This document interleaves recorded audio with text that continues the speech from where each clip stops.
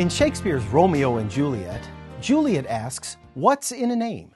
That which we call a rose by any other name would smell as sweet." How true. What we call something doesn't change its essential character. And yet names or titles can be helpful to us, pointing us toward the meaning, value, or importance of an object or a person. Consider some of the names we find for Jesus Christ in the Bible. Matthew 1:23 calls the child Jesus God with us. Mark 1:1 calls him the Son of God. Luke 2:32 calls him a light for revelation to the Gentiles and for glory to the people of Israel. John 1:4 calls Jesus the life that was the light of men.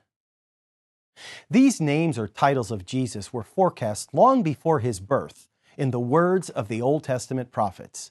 We can find more than 300 references about Jesus in the Old Testament foretelling his coming hundreds of years before he was born to Mary in Bethlehem.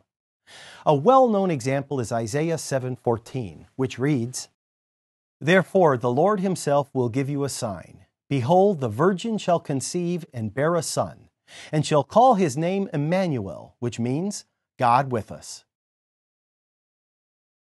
In Isaiah 9 we read, "For to us a child is born, to us a son is given, and the government shall be on his shoulder, and his name shall be called Wonderful, Counselor, Mighty God, Everlasting Father, Prince of Peace." There are more than 100 names and titles given to Jesus in the Bible. They describe his character, his personality, his nature, his purpose, and identity. When we see such titles as Messiah, Savior, Redeemer, Lord of Lords, and King of Kings, we get the sense of one who is absolutely wonderful and mighty.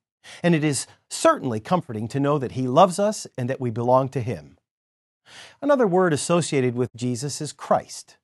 Christ isn't Jesus' last name, of course, but a sacred title. It's a Greek word, the Greek form of the Hebrew word Messiah. It means anointed one.